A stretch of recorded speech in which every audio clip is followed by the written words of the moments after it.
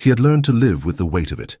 Not comfortably, but the way one learns to live with an old injury that aches when the weather changes. For 23 years, Daniel had carried the truth about that house, about what happened the summer before Caroline left, and he had convinced himself it no longer mattered.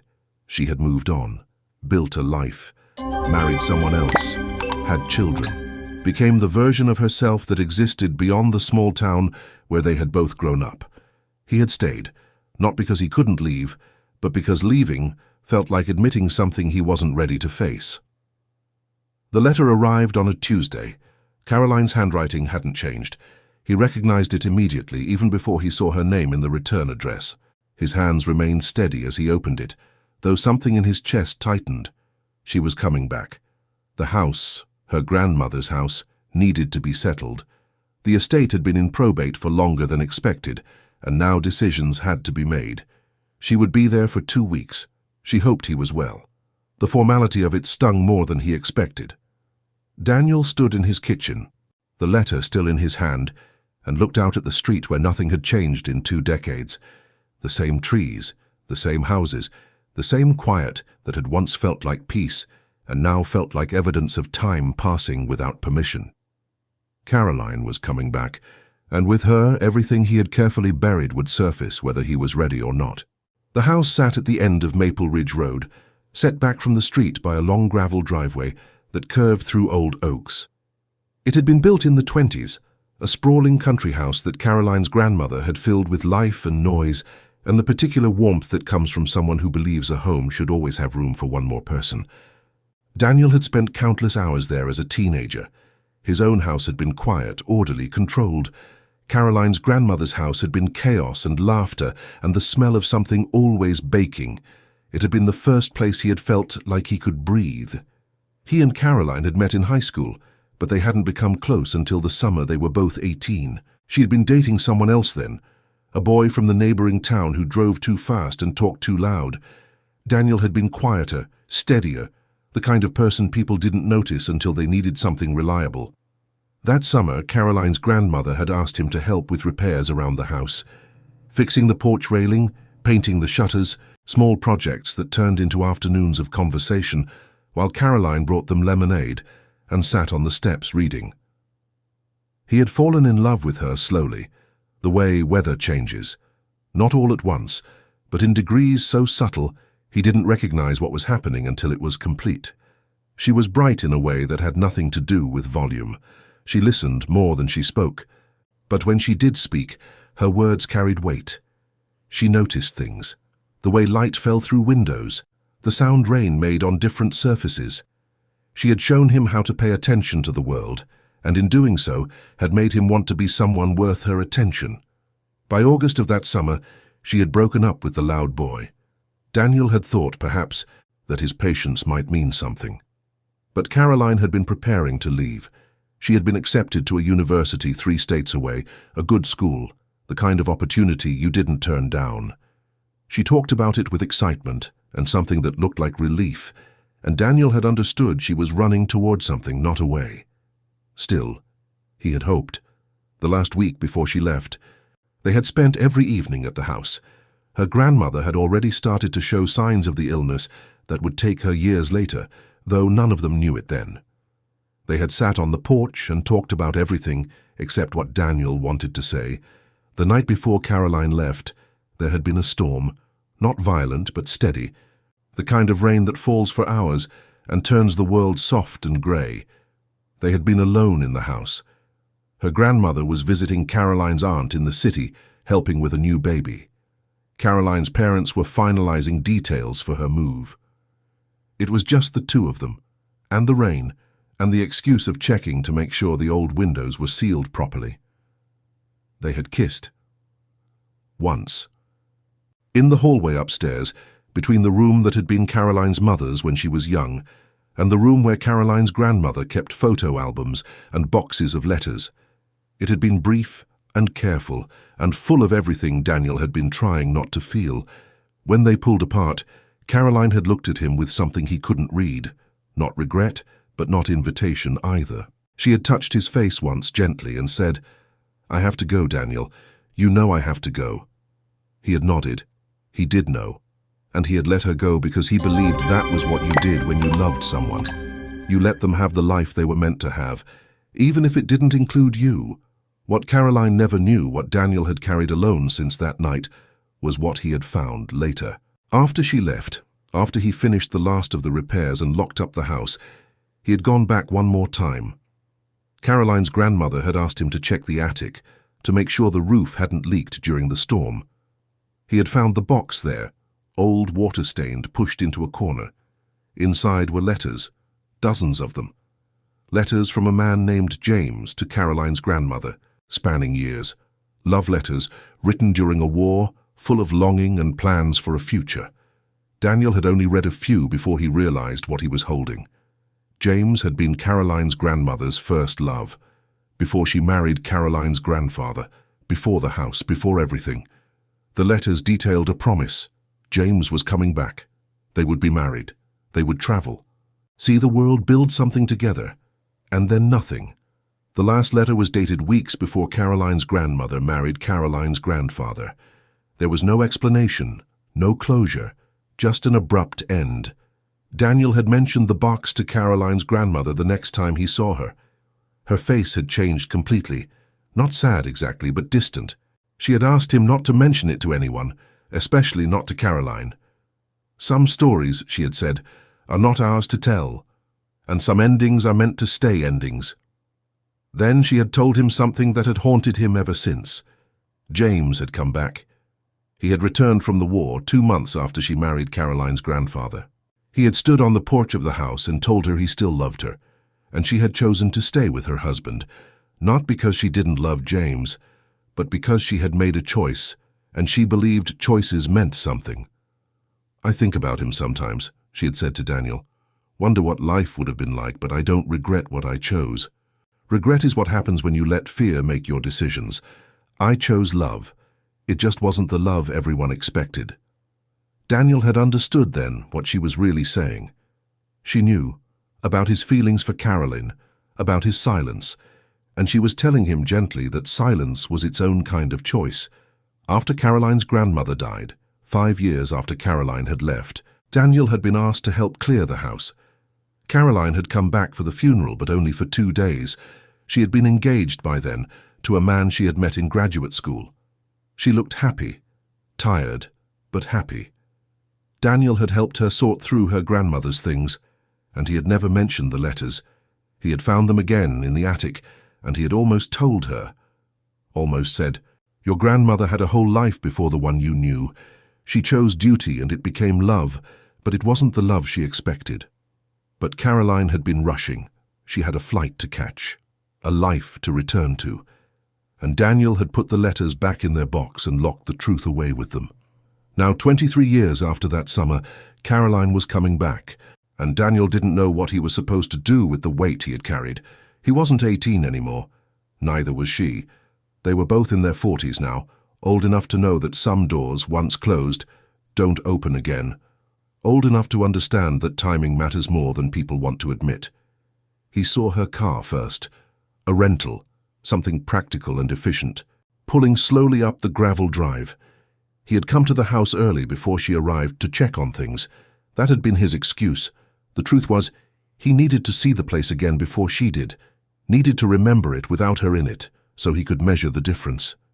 Caroline stepped out of the car and stood for a moment just looking at the house. She was older, of course. Her hair was shorter, streaked with grey she hadn't bothered to hide. She wore jeans and a sweater that looked expensive, but comfortable. She looked like someone who had built a good life, someone who had made choices and lived with them and come out on the other side intact. When she saw him, she smiled. Not the bright, unguarded smile of 18. This was gentler, more careful. The smile of someone who has learned that not everything can be recovered, but some things can be remembered kindly. "Daniel," she said, walking toward him, "you haven't changed at all." It was a lie, but a kind one. He had changed. They both had. That was the point. "Neither have you," he said, and that was also a lie, also kind. She looked at the house again, her expression shifting to something more complicated. "I didn't think it would be this hard," she said, coming back. I thought enough time had passed that it would just be a house. But it's not, is it? No, Daniel said. It's not. They walked inside together, and Daniel was struck by how much remained the same. The furniture was still there, covered in sheets, the photos on the walls, the particular smell of old wood and lemon polish and time. Caroline moved through the room slowly, touching things. The banister, the doorframe of the kitchen, the window seat where she used to read. I haven't been here in 15 years, she said. Not since Grandma's funeral. I kept meaning to come back, but there was always something. Work, kids, life. She turned to look at him. You've been taking care of it. It wasn't a question. She knew, of course she knew. The house was too well maintained to have been left alone. Someone needed to, Daniel said. Thank you, Caroline said quietly. You didn't have to do that. He wanted to say, yes, I did. Wanted to explain that this house was the closest thing to her he had left, and taking care of it had been a way of taking care of something that mattered when he couldn't take care of what he actually wanted. But instead he said, your grandmother would have wanted it kept up. They spent the afternoon sorting through things, deciding what would be kept, what would be donated, what would be thrown away. It was practical work, the kind that fills time and allows you to avoid saying anything that matters. Caroline talked about her children, a daughter in college, a son in high school. She talked about her work, something in non-profit management that sounded important and exhausting. She didn't talk about her husband, and Daniel didn't ask. As the light began to fade, they ended up in the living room, sitting on opposite ends of the sofa they had uncovered. Caroline had found a photo album, and she was looking through it slowly. Do you remember this? She asked, showing him a picture of the two of them with her grandmother. They looked impossibly young. Daniel's arm was around Caroline's shoulder in the casual way of people who don't yet know that touch can mean too much. I remember, Daniel said. I think about that summer sometimes, Caroline said, not looking at him. Wonder what would have happened if I hadn't left. Daniel's heart was beating too hard. This was dangerous territory. Territory they had avoided for over 2 decades. You had to leave, he said carefully. You had a whole life to build. I did build it, Caroline said. A good life. A full life. She paused. But I wonder sometimes if good is the same as right. If full is the same as complete. There it was. The opening. The moment where he could tell her everything. About the letters. About her grandmother's choice. About his own silence. And what it had cost them both. But when he looked at her, he saw the lines around her eyes. The weariness that came from years of responsibility. The careful way she held herself. She had made choices, built something, and he had no right to shake that foundation now. I think your grandmother would say that the life you choose is the right one, Daniel said, even if it's not the one you imagined. Caroline looked at him then, really looked at him, and something passed across her face. Recognition, maybe, or disappointment. You always were too careful, Daniel, too kind. Is that a criticism? No, she said softly. It's an observation. They worked for 3 more days, falling into a rhythm that felt both familiar and strange. Caroline would arrive in the morning, and they would tackle another room, another closet, another box of memories. They talked about safe things. The town, people they had known, changes that had happened. They didn't talk about the night before she left. They didn't talk about the life she had chosen or the life he hadn't. On the 4th day, Caroline found the box. She had been in the attic, despite Daniel suggesting they leave it for last, and she came down the stairs holding it, the same water-stained box, the same letters. Daniel, she said, and her voice was different. Did you know about these?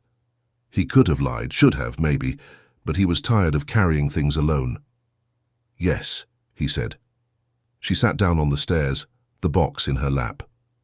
How long? Since that last summer. I found them when I was checking the attic after the storm. And you never told me. Your grandmother asked me not to. Caroline opened the box and pulled out one of the letters. She read it silently, her face unreadable. Then another, and another. Daniel stood at the bottom of the stairs, watching her encounter her grandmother's past, watching her realize that the woman she had known had contained multitudes. When she finally looked up, There were tears on her face, but she wasn't sobbing. These were quiet tears, the kind that come from understanding rather than pain. She loved him, Caroline said. James, she really loved him. Yes. But she stayed with Grandpa. Yes. Why? Daniel climbed the stairs and sat beside her. She told me once that she chose love. It just wasn't the love everyone expected. She said regret is what happens when you let fear make your decisions. She didn't regret her choice. Caroline was quiet for a long time. I always thought she had the perfect life, perfect marriage, perfect house, perfect everything. Maybe perfect is just another word for chosen, Daniel said. She chose your grandfather every day. That made it real. Did you know James came back? Caroline asked. She told me. He came back after the war, stood on the porch and asked her to leave with him. And she said no. She said she had already made her choice. Caroline looked at the letters in her hands. I don't know if that's brave or tragic. Maybe it's both. They sat there on the stairs, surrounded by the remnants of a life that had been full of choices and consequences and love in its many complicated forms. Finally, Caroline spoke again. That night before I left for college, when we... She didn't finish the sentence. I remember, Daniel said. Why didn't you say anything? Why didn't you ask me to stay, or to wait, or something? Daniel had known this question would come eventually. He had prepared for it, rehearsed answers in his head over the years, but now, sitting beside her in the house where they had both learned what longing felt like, he found he didn't want to give her a prepared answer. Because I thought letting you go was the right thing to do. You had dreams, plans, a whole life ahead of you that didn't include being stuck in a small town with someone who was too afraid to dream as big as you did. You weren't afraid, Caroline said. You were steady. You knew who you were. I was afraid, Daniel said quietly. I was terrified that if I asked you to stay, you would, and then you would spend the rest of your life wondering what you gave up. I couldn't do that to you. So, you chose for me. Yes. That wasn't fair. No, Daniel agreed. It wasn't. Caroline set the letters back in the box carefully. I married Robert 2 years after college. He was smart and ambitious, and he wanted the same things I wanted. Career, family, security. It was a good marriage. Still is, mostly. She paused. But sometimes I think about that summer, about what might have happened if you had said something, if I had stayed, if we had tried. Would it have changed anything? Daniel asked. I don't know, Caroline said honestly. Maybe, maybe not. Timing matters. We were so young. We wanted different things, or thought we did. But I wonder if I ran away from something real because it was easier than staying and fighting for it. Daniel wanted to tell her that she hadn't run away, that she had run toward the life she was meant to have. But he wasn't sure that was true anymore. He wasn't sure any of the stories he had told himself over the years were true. Maybe Caroline's grandmother had stayed because staying was easier than the uncertainty of leaving.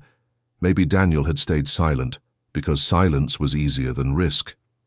Maybe all of their choices had been made from fear, dressed up as wisdom. Your grandmother told me something else, Daniel said, the day I asked her about the letters. She said some stories are not ours to tell, and some endings are meant to stay endings. He looked at Caroline. I've spent 23 years trying to figure out if she meant the story about James or the story about us. Maybe she meant both, Caroline said. Maybe. They finished going through the attic that day, but they didn't find anything else as significant as the letters. Just old clothes and broken furniture and boxes of Christmas decorations. When they were done, Caroline took the box of letters with her. I want to read them all, she said. I want to know who she was before she became my grandmother.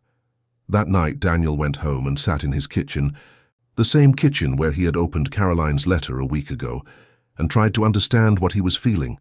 Not regret, exactly. He had meant what he said to Caroline. He had made his choice, and he had lived with it. But he was realizing that living with a choice and being at peace with it were not the same thing. The next morning, Caroline called him. Can you come to the house? I want to talk. He drove over, his stomach tight with something that felt like anticipation and dread in equal measure. Caroline was sitting on the porch, the same porch where James had stood decades ago, and asked her grandmother to choose him. She looked tired, like she hadn't slept. "I stayed up all night reading the letters," she said, when Daniel sat beside her. "All of them. Do you know what I realized?" Daniel shook his head. "Grandma didn't choose safety. That's what I always thought, that she chose Grandpa because it was safer, because she was scared of what life with James would be like. But that's not it. In one of the letters, James talks about all the places they'll go, all the adventures they'll have, and I realized Grandma didn't want adventure. She wanted roots. She wanted a home and a garden and Sunday dinners. She wanted the kind of love that shows up every day, not the kind that burns bright and disappears. And James couldn't give her that," Daniel said. "No, he was a dreamer, a wanderer. Even in his letters, he's always talking about the next place, the next thing. Grandma knew that about him. She loved him, but she knew he would always be leaving, and she wanted someone who would stay." Caroline turned to look at him. "You stayed, Daniel. All these years. You stayed. I didn't have anywhere else to go." "That's not true. You had choices. You could have left. Could have built a life somewhere else, but you stayed. You took care of this house. You took care of the memory of something that never happened. Why?" Daniel looked out at the yard, at the trees that had been there when they were 18 and were still there now, constant and unchanging. "Because this was where I last felt like I was exactly where I was supposed to be. And I kept thinking maybe if I stayed, if I took care of things, maybe—" He stopped. "Maybe what?" "Maybe you'd come back," he said simply. The silence that followed was heavy but not uncomfortable. It was the silence of truth finally spoken, of cards laid on the table, of two people finally looking at what had been there all along. "I did come back," Caroline said softly, 23 years later. "Yes." "Caroline," Daniel said carefully, "what are we doing here? Really? Because I need to know if this is just nostalgia. Just two middle-aged people looking back at what might have been, or if it's something else." Caroline was quiet for a long time. When she spoke, her voice was steady, but sad. "I have a life, Daniel. A husband, children, a whole existence built on choices I made. And they were good choices. Robert is a good man. My kids are everything to me. I can't unmake those choices just because I'm sitting on this porch remembering what it felt like to be 18 and kissing you in a hallway." "I know. But," Caroline continued, "I also can't pretend that being here with you doesn't feel like coming home in a way nothing else has for a very long time. I can't pretend I don't wonder what would have happened if we had been braver, if you had spoken, if I had stayed, if we had tried." "Wondering doesn't change anything," Daniel said. "No," Caroline agreed. "It doesn't." They sat there in the almost spring air, surrounded by the weight of everything that had been and could never be again. Finally, Caroline spoke. "I'm going to sell the house." Daniel felt something shift in his chest. "You're sure?" "I'm sure. I can't keep it. Can't afford to. Don't have the time to maintain it. And I think holding on to it is like holding on to a version of myself that doesn't exist anymore. Grandma's gone. That summer is gone. We're different people now." "Yes," Daniel said. "We are." "Will you help me?" Caroline asked. "With the sale, getting it ready. I trust you to do this right." "Of course." Over the next week, they prepared the house for listing. They cleaned and repaired and removed all traces of the life that had been lived there. It was methodical work, almost surgical. Each room emptied of memory, each closet cleared of ghosts. Daniel found it harder than he expected. Each item they removed felt like another piece of his own past being erased. The couch where they had sat, the stairs where they had kissed, the porch where they had said goodbye. On Caroline's last day in town, they stood in the empty house. It looked smaller without furniture, less significant, just a house after all, just walls and floors and windows. "Thank you," Caroline said, "for everything, for taking care of this place, for taking care of the memory, for—" She paused. "For letting me go." "I didn't have a choice," Daniel said. "Yes, you did. You could have asked me to stay. You could have made it harder. But you let me go because you thought it was the right thing. That took courage. It didn't feel like courage. It felt like cowardice. Caroline stepped closer to him. They were standing in the living room in the space where the sofa used to be, where they had sat and looked at photos and talked carefully around everything that mattered. "I need to tell you something," she said, "and I need you to just listen. Can you do that?" Daniel nodded. "I love my husband. I love my children. I love the life I built. It's not perfect, but it's mine and I chose it, but I also loved you. Past tense, present tense, I don't even know anymore. You were my first real love, the kind that changes you. And I think maybe you still are. I think maybe you've always been there, in the background of everything, the person I measure everyone else against without meaning to." Daniel's heart was beating so hard, he thought she must be able to hear it. "But," Caroline continued, "I can't do anything about that. I can't unmake my life. I can't undo my choices, and I don't want to. Even if I could go back, even if I could choose differently, I don't think I would. Because those choices gave me my children. They gave me a life that matters. They made me who I am." "I understand," Daniel said. "Do you? Because I need you to understand that just because I love you doesn't mean we get to be together. Love isn't always enough. Timing matters. Choices matter. And I made mine. I know. And I need you to move on," Caroline said gently. "Really move on. Not just exist here, taking care of the memory of what we could have been. You deserve more than that. You deserve a life, a real one, with someone who can choose you back." Daniel felt something break inside him, but it was a clean break, the kind that would heal properly. "You're right," he said. "I usually am," Caroline said, and smiled, and for a moment she looked like the girl she had been, bright and certain and full of possibility. They walked to her car together. Before she got in, she turned and hugged him. It was a real hug, not careful, not distant. "Thank you for loving me," she whispered, "even when I didn't know, even when I couldn't love you back the way you deserved. Thank you." Then she got in the car and drove away, and Daniel stood in the driveway watching until she disappeared around the curve, past the oaks, back to the life she had chosen. The house sold 3 months later. A young family bought it. They had 2 children and big plans for renovations. Daniel met them once during the final walkthrough. They were excited, full of dreams about what the house could become. The wife loved the porch. The husband was already planning to turn the attic into a home office. Their children ran through the empty rooms, their laughter echoing in the spaces that had been quiet for so long. Daniel watched them and thought about Caroline's grandmother, about the choices that turn into lives, about the difference between the love you dream of and the love you live, about how maybe both are real, both matter, even if you only get to keep one. That night, for the first time in 23 years, Daniel didn't drive past the house on Maple Ridge Road. He went home, made dinner, and sat on his own porch, looking at his own life. It wasn't empty, he realized. He had work he was good at, friends he valued, a place in a community that mattered to him. He had stayed not because he was stuck, but because this was his home. Caroline had left and built something. He had stayed and built something too. Just different. He pulled out his phone and opened a dating app he had downloaded months ago but never actually used. He looked at it for a long time. Then he created a profile. Nothing fancy, just honest. A recent photo, a few lines about who he was, what he liked, what he was looking for. Before he could second-guess himself, he uploaded it and set it live. He didn't know if anything would come of it.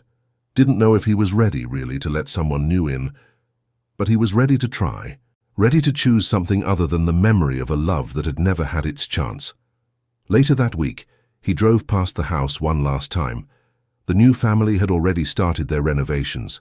There were flowers planted in the boxes under the windows, a swing set in the backyard, evidence of life happening, moving forward, refusing to be locked in the past. Daniel smiled and kept driving. If there's a story inside you that you've never told, something that sits in your chest and reminds you of a time when things might have gone differently, know that you're not alone. The spaces between what we choose and what we long for are where we all live, most of the time. Your story matters, even the parts that never happened, especially those parts. If this touched something in you, something you've carried quietly, share it below. This is a place where those unspoken truths have room to breathe.